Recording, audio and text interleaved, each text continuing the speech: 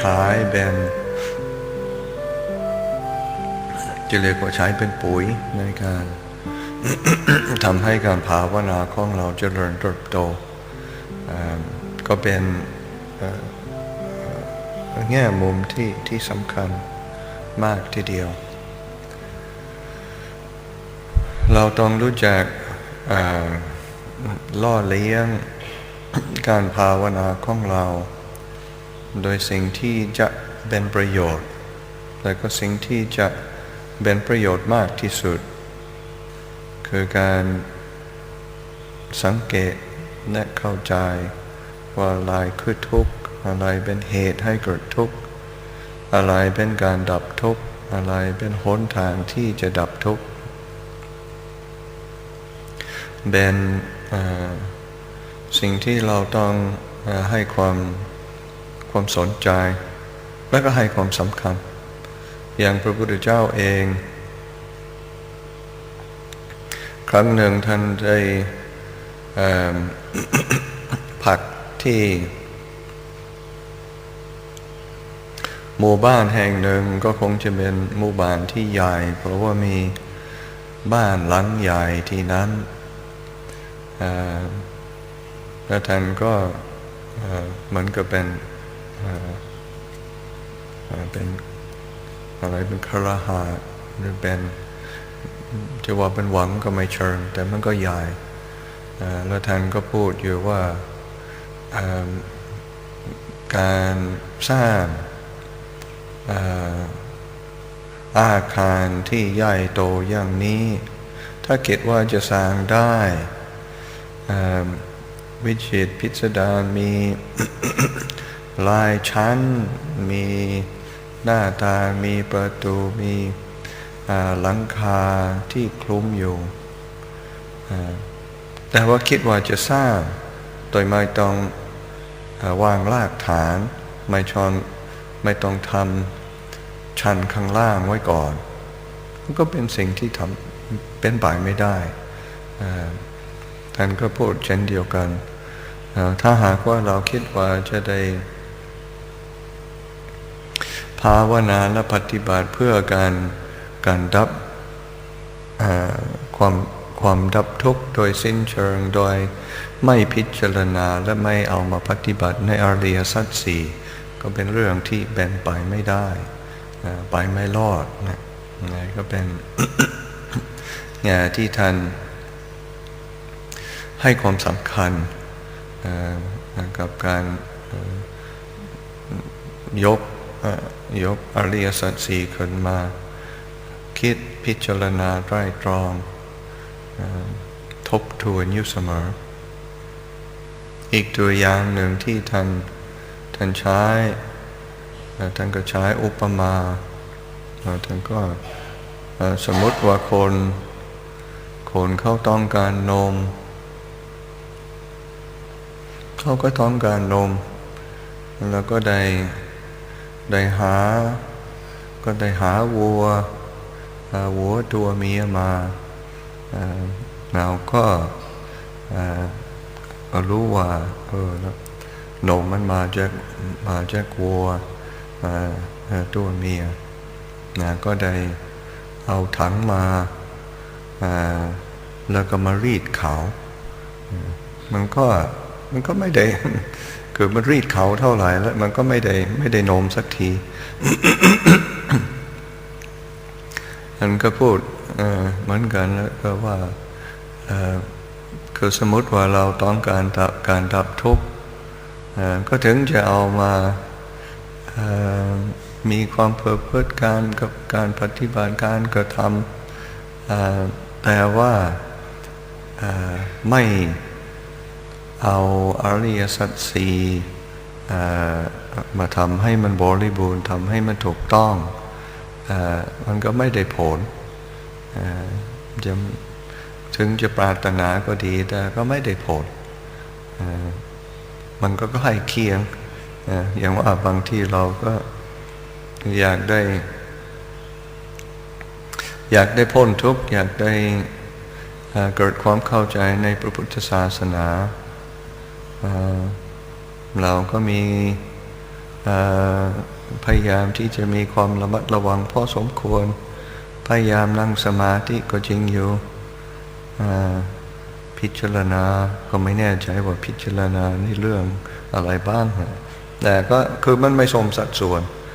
แล้วก็ไม่เอาแกนไม่ได้ มันก็ทุกข์เหมือนเดิมหรือบางทีก็ยิ่งทุกข์ใหญ่ก็มีเลยเราก็ถ้าขาดการยกธรรมะที่เป็นข้อธรรมะที่พระพุทธเจ้าเองว่าสำคัญที่สุดแก้นกลางของที่เป็นสาระของคำสอนท่านมันก็คือมันจะขาดสัดส่วนเลยเราก็ต้องยกอริยสัจสี่ขึ้นมาพิจารณายกอริยสัจสี่เอามาประพฤติมาปฏิบัติยกอริยสัจสี่ขึ้นมาทบทวนทุกแง่ทุกมุมของการฝึกหัดและการศึกษา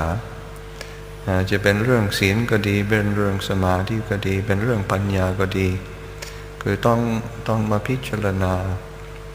ในเรื่องอริยสัจสี่ตลอดเพื่อ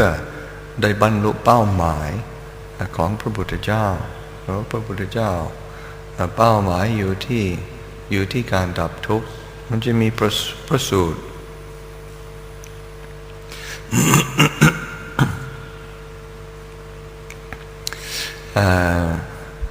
มากมายก่ายกองในพระไตรปิฎกที่พระพุทธเจ้าได้ยกเรื่องอริยสัจสี่ขึ้นมาแล้วท่านก็พูดไม่รู้กี่ครั้งกี่หนว่าท่านสอนแค่สองอย่างคือทุกข์ในการดับทุกข์เท่านี้นะเป้าหมายของท่านโดยยัง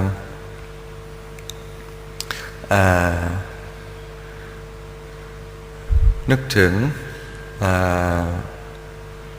หลวงพ่อพุทธทาสคือท่านสอน ท่านมักจะสอนประเด็นต่างๆแล้วก็เวลาท่าน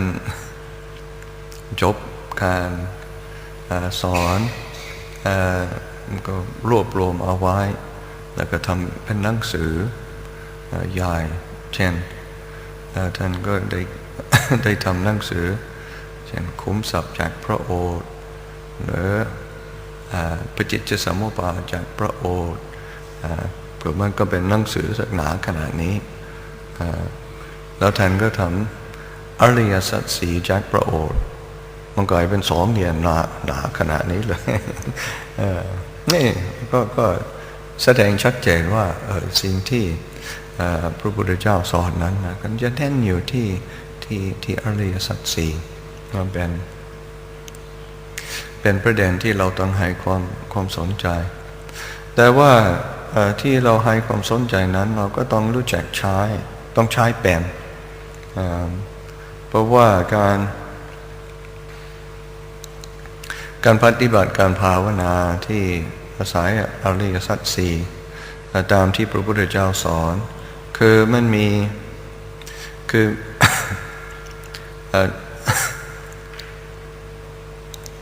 อริยสัจทุกข้อคือมีกิจที่หรือหน้าที่ที่เราต้องทำต่ออริยสัจอันนั้นซึ่งเรื่องนี้เป็นเรื่องที่สำคัญเช่นเรื่องความทุกข์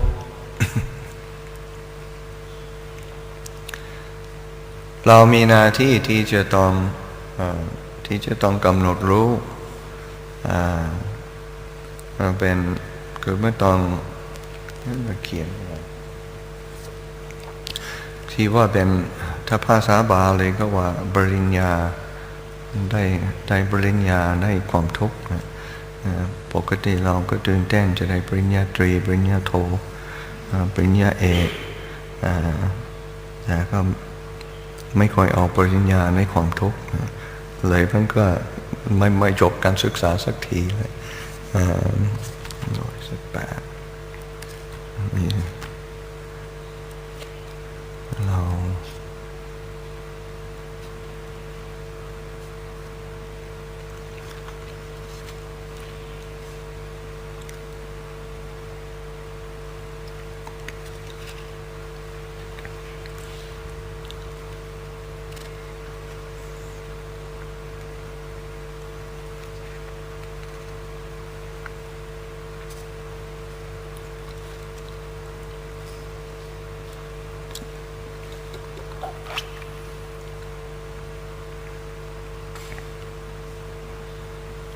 ใช่ควรกำหนดรู้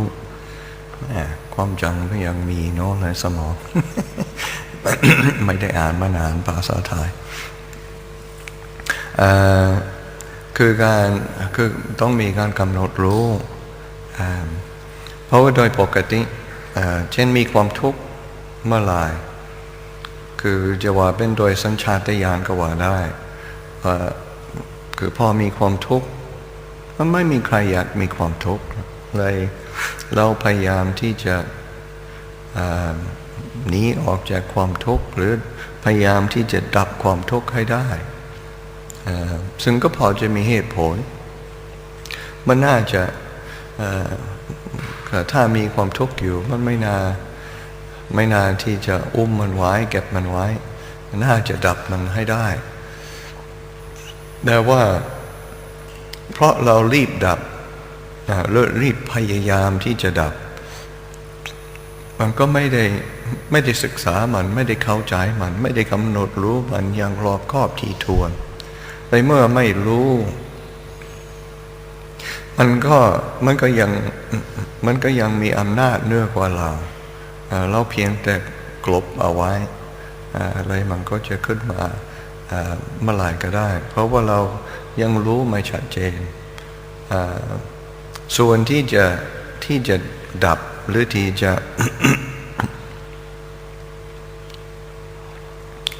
ที่จะละเสียสิ่งที่จะละที่จะทิ้งให้ได้อย่างว่าปกติเราพยายามที่จะละความทุกข์ดับความทุกข์แต่มันก็เหตุมันก็ยังมีเพราะว่าเรายังไม่ได้กำหนดรู้รอบคอบที่จะเข้าใจ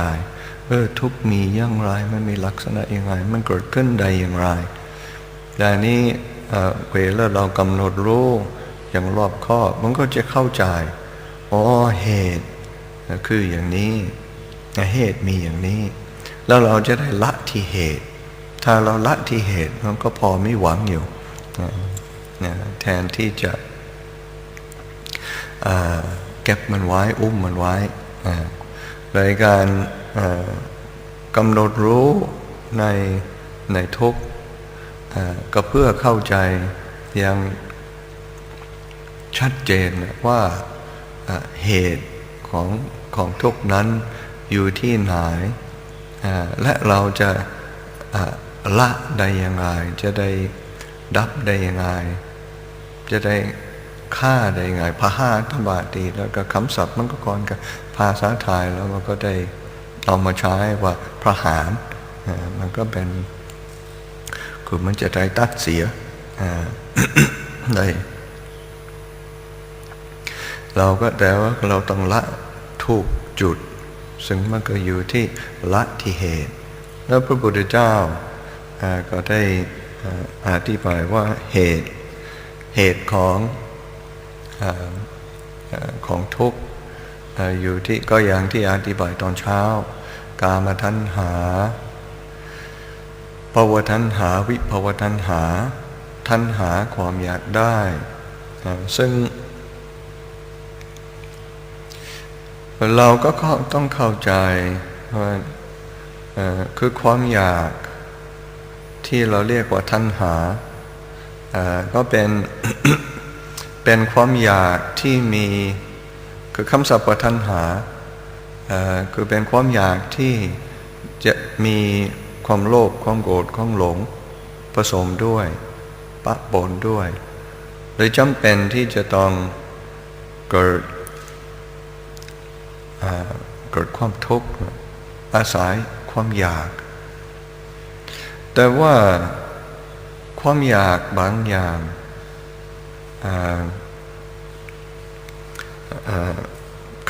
คือทำให้บางคนคิดเนี่ยถ้าความอยากนั้น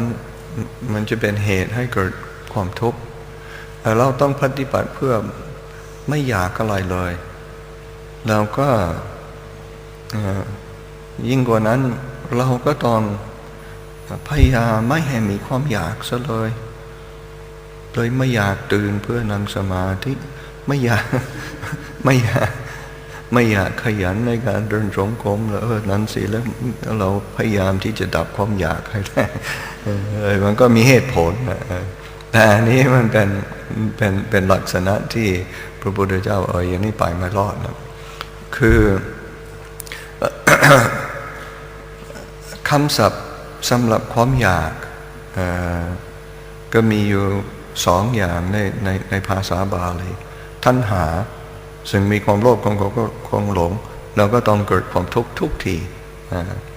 แต่ว่ามีฉันทะคือความอยากหรือความพอใจซึ่งคำศัพท์นี้แหละมันก็เป็นคำศัพท์ที่กว้างขวางออกไปซึ่งเราก็เช่นถ้าเป็นนิวรณ์กามฉันทะคือความพอใจความอยากในกามอย่างนี้ก็เป็นนิวรณ์แต่ว่ามีเช่นธรรมฉันทะคือเป็นความอยากในทางบวกเป็นความอยากในทางดีเป็นสิ่งที่เราต้องอาศัยธรรมฉันทะมันก็ต้องมีเพื่อได้มีความอยากความพอใจความตะเกียกตะกายเพื่อจะได้สัมผัสธรรมะให้ได้หรือกุศลฉันทะความพอใจความอยากในกุศลในคุณงามความดีในคุณธรรมอย่างนี้มันเป็นสิ่งที่เราควรจะล่อเลี้ยงไว้เป็นสิ่งที่เราต้องให้ความสนใจให้ความสำคัญเพราะว่าเราจะได้ปฏิบัติได้มันก็ต้องอาศัยจิตใจที่ในมีคือความพอใจมีความพอใจมีความสนใจเหมือนกับเช่นในอิทธิบาทสี่ฐานของที่นำความสำเร็จให้เกิดขึ้นคือก็เริ่มโดยฉันทะความพอใจจึงมีวิริยะมีจิตตะมีมังสาอันนี้ก็เป็นคุณธรรม4ประการที่นำความสำเร็จให้เกิดขึ้นฉันทะความพอใจวิริยะความภาคเพียรจิตตะคือความตั้งใจในสิ่งที่กำลังทำอยู่วิมังสาคือความใคร่ครวญด้วยการทบทวนในสิ่งที่ได้กระทำอยู่และนี่เป็นลักษณะของ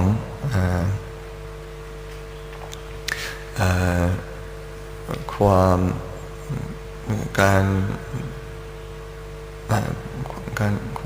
เจาะจงหรือความปลุกเร้าความสนใจในสิ่งที่ดีอันนี้เป็นสิ่งที่ต้องทำเลยที่เราได้ละเสียซึ่งตัณหาเราก็มันก็เป็นเรื่องที่จำเป็นเราก็ต้องละหาวิธีที่จะละให้ได้หรือจะตัดตัณหาให้ได้แต่ว่าเรายังต้องมีความพยายามที่จะปลุกเร้าความสนใจและความต้องการในสิ่งที่ดีบาง มีอยู่พระสูตรที่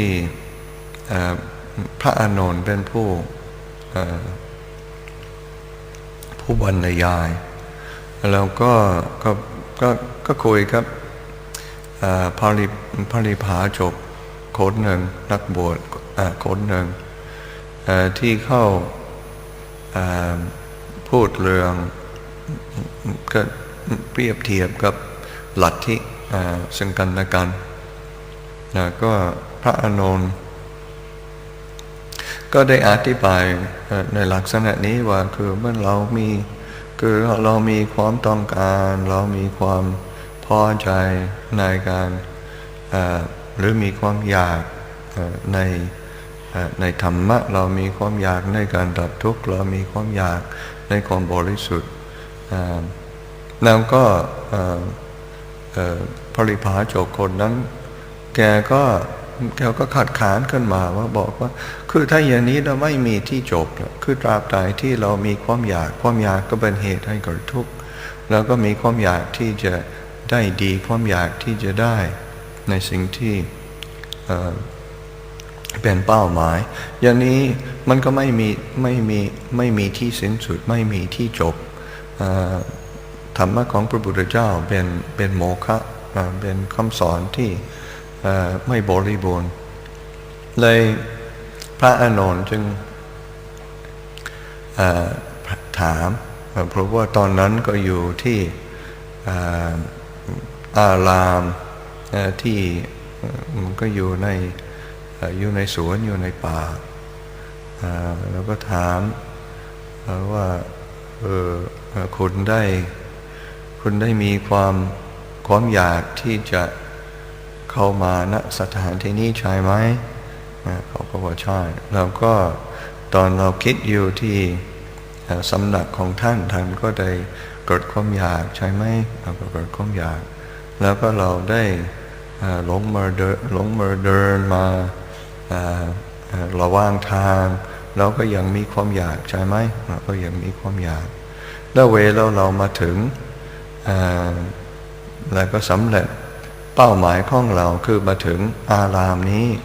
มันก็หมดความอยากใช่ไหมเพราะว่าสำเร็จเป้าหมายเขาว่าก็ใช่พระอานนท์ว่าก็เหมือนกันนะคือเรามีความปรารถนาที่จะถึงการดับทุกข์ระหว่างที่เราปฏิบัติที่เราฝึกอยู่เราก็ต้องยังอาศัยความอยากความต้องการแต่ในเวลาที่เราได้ เราได้ถึงเป้าหมายของเรามันก็จะพอใจอิ่มใจถูกใจเพราะว่าได้สำเร็จเป้าหมายที่ได้ตั้งไว้ในความอยากมันจะหมดไปเองมันก็เป็นเรื่องธรรมชาติก็เป็นเลยคือเราจำเป็นที่จะต้องคือปลุกเร้าความต้องการแล้วก็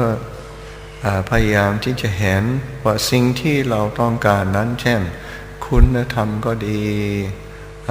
การกุศลก็ดีคุณงามความดีก็ดีบุญก็ดีหรือการดับทุกข์ก็ดีก็ล้วนแต่เป็นสิ่งที่น่าปรารถนาก็เป็นสิ่งที่สมควรที่จะลงทุนกำลังของเราแต่ในเวลาที่เราถึงแล้วเราก็ต้องรู้จักว่าได้สำเร็จเป้าหมายเราก็ต้องรู้จักละให้ได้เพราะในเรื่องนี้เป็นก็ต้องทำให้มันถูกวิธีอะไรเหมือนกับมีครั้งหนึ่งที่หลวงพ่อชาได้ถูกถามว่าคนปฏิบัติในพุทธศาสนาปฏิบัติเพื่ออะไรก็ได้ปฏิบัติเพื่ออะไรปฏิบัติยังไงปฏิบัติแล้วได้ผลอย่างไร ก็เป็นคนที่เขียนสารคดีสำหรับหนังสืออยู่ที่ต่างประเทศที่ยุโรปเขาก็มาหาหลวงพ่อชาหลวงพ่อชาท่านก็ตอบง่ายๆแต่ว่ากินข้าวทำไม กินข้าวเพื่ออิ่มกินข้าวเพื่อดับทุกข์ของความหิวใช่ไหมมันเป็นอย่างนั้นแล้วเรากินข้าวอย่างไรสำหรับคนหิวมันก็ไม่ยากเลยก็จะหาวิธีให้ได้กินข้าวแล้วมันก็จะอิ่มมันจะเกิดอิ่มสำราญแล้วก็ไม่จำเป็นที่จะต้องกินอีกในเวลานั้นนี่ก็เช่นเดียวกันคือเรื่องการปฏิบัติในพุทธศาสนาเราไม่ควรที่จะคิดห่างจนเกินไปหรือตีความหมายสูงจนเกินไปมันต้องเป็นสิ่งที่มีประโยชน์สำหรับเราแล้วก็ยิ่งโดยเฉพาะเรื่องการดับทุกข์มีประโยชน์เสมอ มีประโยชน์ตลอดเวลาเวลาเราสามารถที่จะดับทุกข์ได้ที่เรากำลังอึดอัดอยู่กำลังคับแค้นอยู่กำลังรู้สึกไม่สบายกายไม่สบายใจวิธีไหนที่ช่วยให้ดับทุกข์ได้มันก็มีประโยชน์อยู่และเราก็ควรที่จะให้ความสนใจใกล้ตัวเราอันนี้เป็นเหตุที่พระพุทธเจ้าใช้ อริยสัจสี่ทุกเหตุให้เกิดทุกข์การดับทุกข์หนทางที่จะดับทุกข์เพราะว่าเป็นสิ่งที่ช่วยเรามากที่สุดเช่นถ้าเราเป็นมนุษย์เราก็อยากจะมีสุขภาพดีไม่อยากจะมีโรคภัยไข้เจ็บมาครอบงำเราไปหาหมอหมอถามเรามันเจ็บตรงไหนมันก็ไม่แปลกนะใช่ไหมมันปวดตรงไหนแล้วเราจะได้บอกหมอจะได้แก้ไขอันนี้ก็เหมือนกันพระพุทธเจ้าถามว่าเราไม่ทุกข์ตรงไหนเราจะได้แก้ไขอย่างไรเราจะได้รู้จักสาเหตุของความทุกข์กันนั้นพระพุทธเจ้าก็กลายเป็นหมอใหญ่สำหรับโลกท่านแก้ไขเราได้แล้วเลยมากเราไม่ต้องเพราะบางคนก็วิพากษ์วิจารณ์โอ้พระพุทธศาสนานะมันเป็นศาสนาที่มองโลกในแง่ลบพูดแต่เรื่องทุกข์แต่ถ้าจริงมันก็เป็นอย่างว่าสำหรับหมอถามเรื่องความการเจ็บการปวดความทุกข์มันก็ไม่เห็นมันไม่แปลกอะไรเพราะท่านหวังดีท่านเมตตากรุณาต่อเราอยากจะให้เราหายโรคมันเป็นคนที่มีสุขภาพดีแข็งแรงแต่อันนี้มันเป็นเรื่องธรรมดาหรือถ้าหากว่าเราเป็น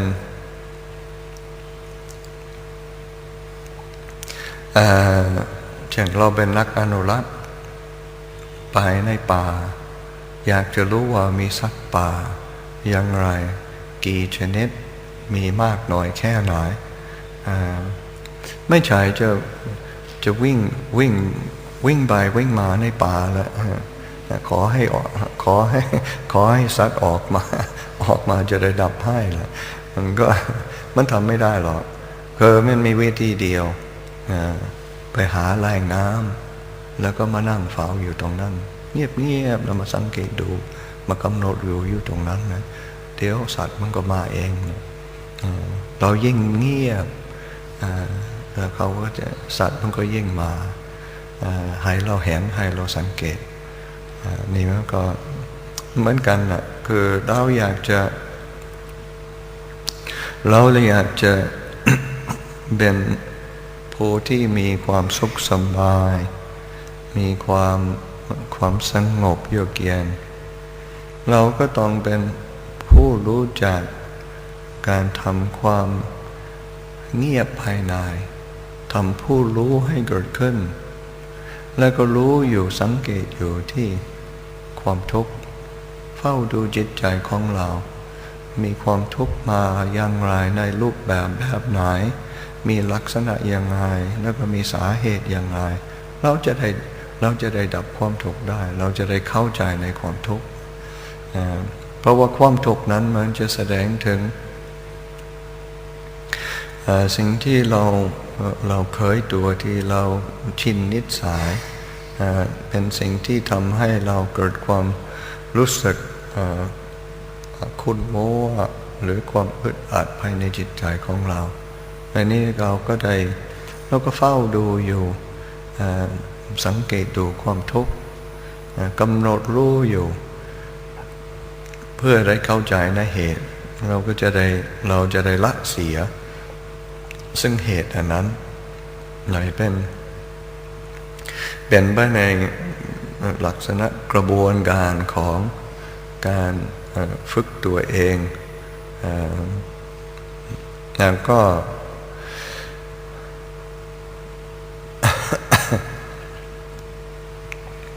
ก การดับทุกข์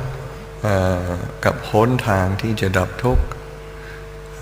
มันก็เป็นเหตุแล้วก็เป็นผลซึ่งกันและกันเช่นเดียวกันเราต้องเข้าใจในเหตุของการดับทุกข์ก็เช่นอริยมรรคแปดแล้วก็เป็นมันก็เป็นการฝึกหัดโดยการศึกษาการปฏิบัติอาศัยศีลอาศัยสมาธิอาศัยปัญญาเราก็ฝึกคุณธรรมเหล่านี้ให้เกิดขึ้นในจิตใจของเราจะสามารถทำให้การความทุกข์ของเราน้อยลงจนกว่าสามารถที่จะค่อยตัดได้สามารถที่จะละได้มันก็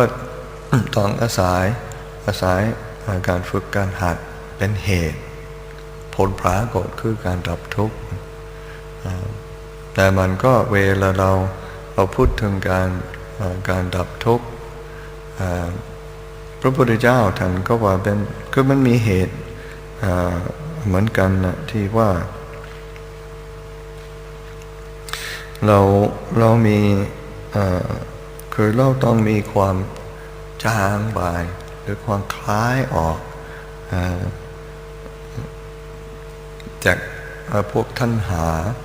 เวลามันจางไปมันถอยออกจากตัณหามันก็ยอมสัมผัสการดับทุกข์เวลาเราสวดหรือพระพุทธเจ้าได้สอนหรือเวลาเราสวดธรรมจักรปวัตตนสูตรซึ่งเป็นคำสอนแรกของพระพุทธเจ้าแล้วเป็นคำสอนที่พระพุทธเจ้าระบุหนทาง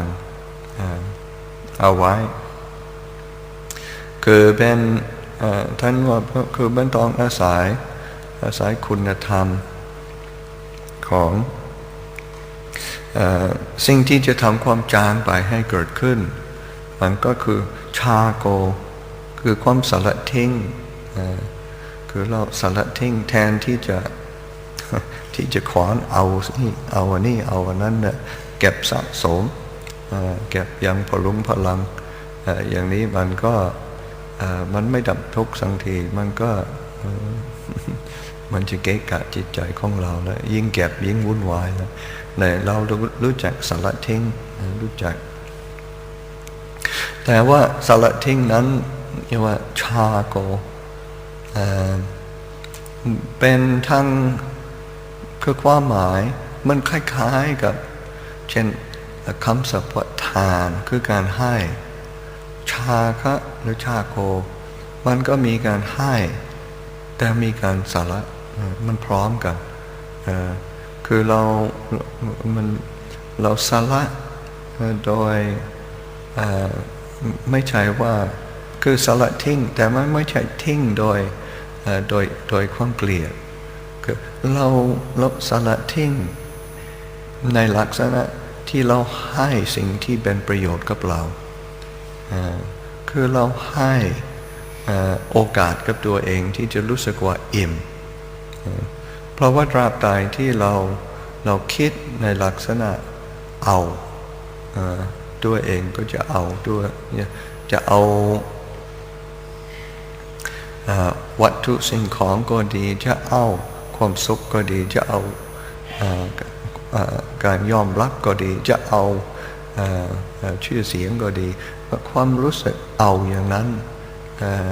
มันก็ไม่อิ่มสักทีแต่ว่าชาคะ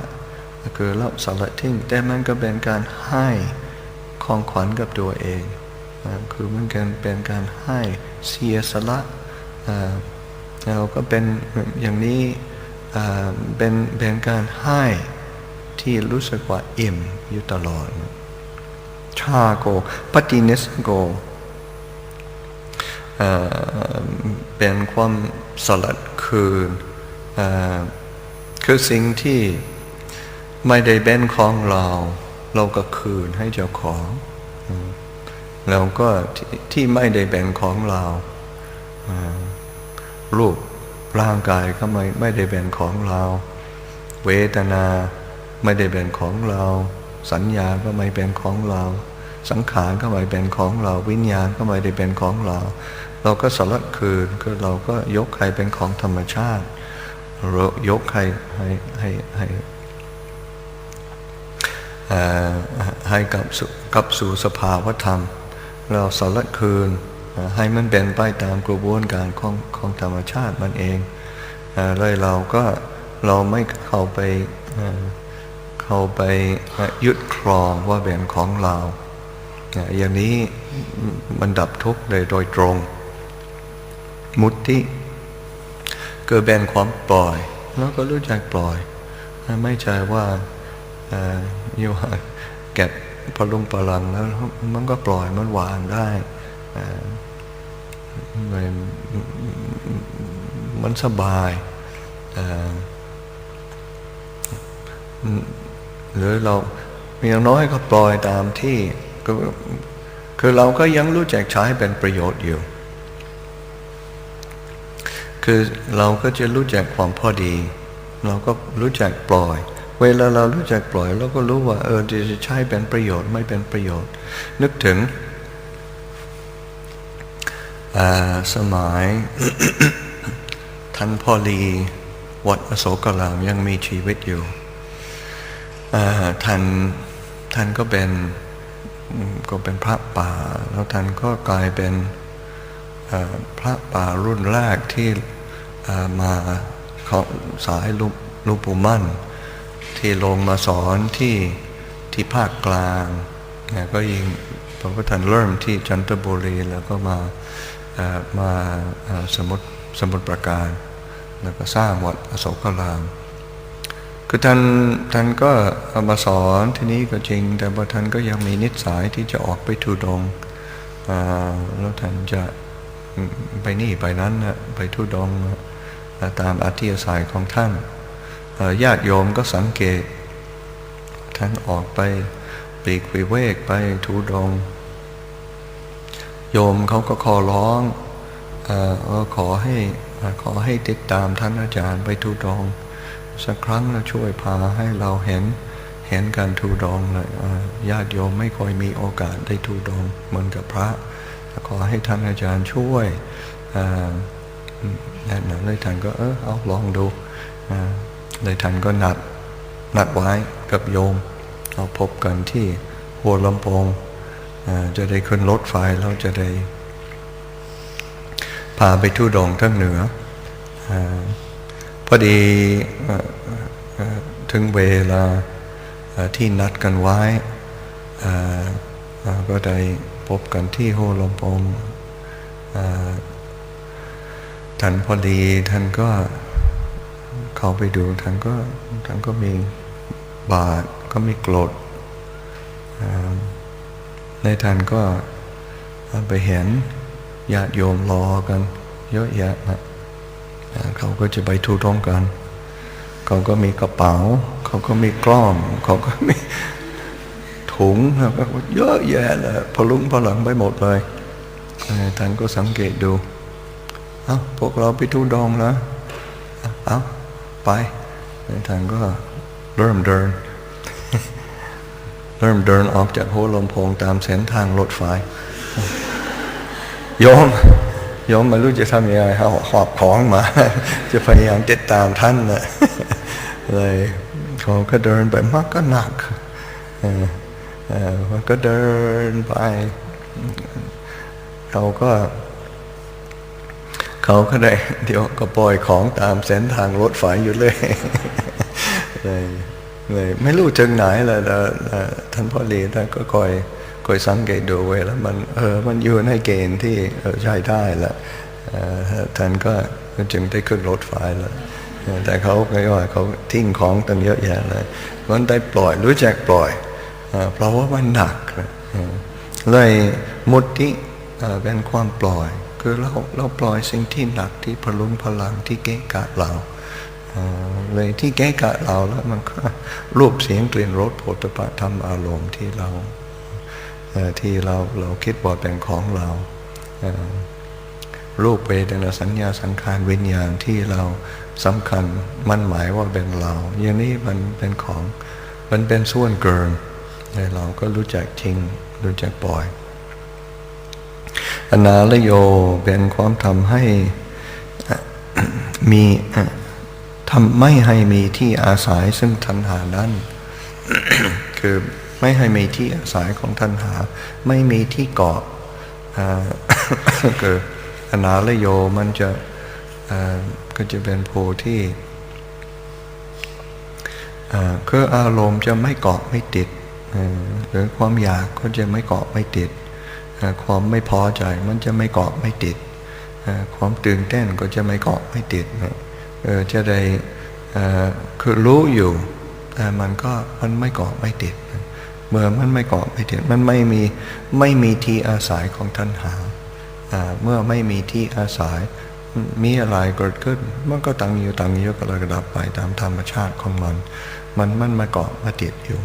อะไรนี้เป็นการดับทุกข์อยู่ในตัวเป็นคุณธรรมที่เราต้องอาศัยอยู่ซึ่งเราก็อาศัยการฝึกการหัดของศีลสมาธิปัญญาอันใดที่จะขวางทำให้ศีลของเราขาดตกบกพร่องเราก็รู้จักทิ้งรู้จักละรู้จักชำระ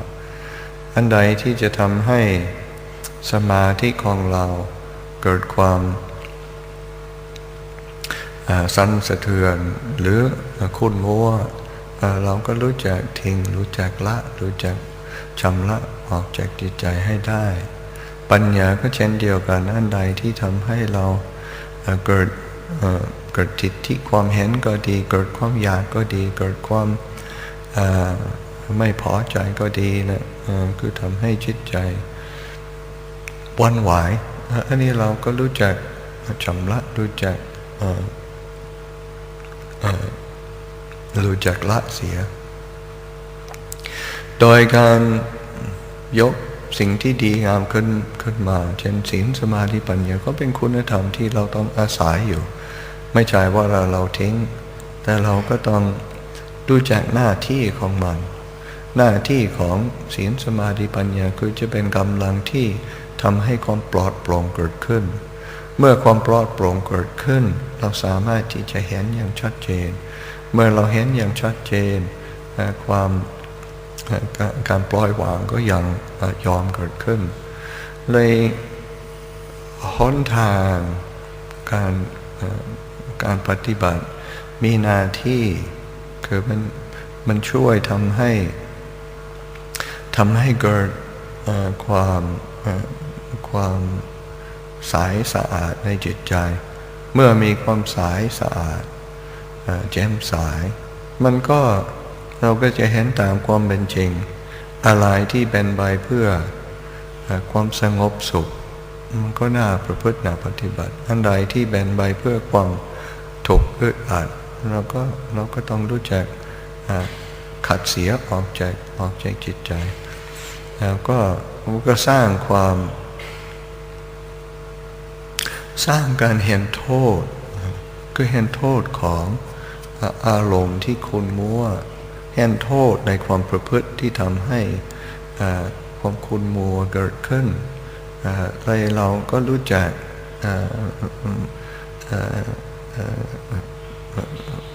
จักสภาพของมันแล้วมันก็จะถอยออกเองเหมือนกันถ้าเรารู้ว่าอาหารอย่างนี้เป็นอาหารแสลงกับเรามันก็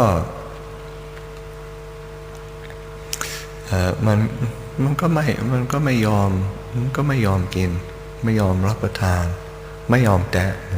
เพราะว่าดูแล้วมันไม่ดีสำหรับเราก็รู้จักละเพราะบางคนก็ว่าโอ้การละการปล่อยวางมันยากเหลือเกินมันไม่ยากสำหรับผู้ที่เห็นชัดเจนเห็นโทษอย่างชัดเจนเหมือนกันอย่างสารภาพสมัยก่อนอาตมา ชอบอยู่เมืองไทยชอบทุเรียนมากเนี่ย แต่ระยะหลังๆมันก็เป็นโทษกับร่างกายถึงจะชอบมากน้อยแค่ไหนแล้วมันไม่คุ้มที่จะทานที่จะรับประทานที่จะฉันแล้วมันก็ละไม่ยากคือแม้แต่สิ่งที่เราคิดว่าชอบที่สุดเนี่ยติดที่สุดมันก็พอเห็นโทษนะมันก็สามารถที่จะละได้เลยจะเป็นเรื่องไหนก็ตามเรื่องของ ความเพลิดเพลินในโลกก็ดีการที่จะทะเยอทะยานอยากได้อะไรสักอย่างก็ดีทุกอย่างถ้าเรามองเห็นโทษอย่างชัดเจนมันก็ง่ายที่จะละแล้วก็เวลาเราเห็นคุณเห็นประโยชน์เช่นเราเห็นคุณเห็นประโยชน์ของความสงบเห็นคุณเห็นประโยชน์ของคุณธรรมของพระพุทธเจ้ามันก็อยากจะประพฤติอยากจะปฏิบัติอยากจะถึงอยากจะสัมผัสอยากจะลิ้มรสของความสงบนั้นหรือของความบริสุทธิ์นั้นในการพิจารณาเห็นคุณเห็นโทษก็เป็นส่วนหนึ่งของการภาวนาของการฝึกหัดคือมีอริยสัจสี่เป็นแกนของธรรมะของพระพุทธเจ้าเราก็ต้องอาศัยอยู่ตลอดและเวลาเราอาศัยอยู่มันก็จะนำพาเราเข้าสู่การดับทุกข์ได้สำหรับวันนี้อาตมาให้ขอคิดในธรรมะพอสมควรแก่เวลาก็ยุติลงเพียงเท่านี้แล้วก็ขอให้เราทุกคนตั้งใจนั่งสมาธิเดินจงกรมเพื่อจะได้เห็นสัจธรรมที่พระพุทธเจ้าได้แนะนำเอาไว้อาศัยการฝึกการหัด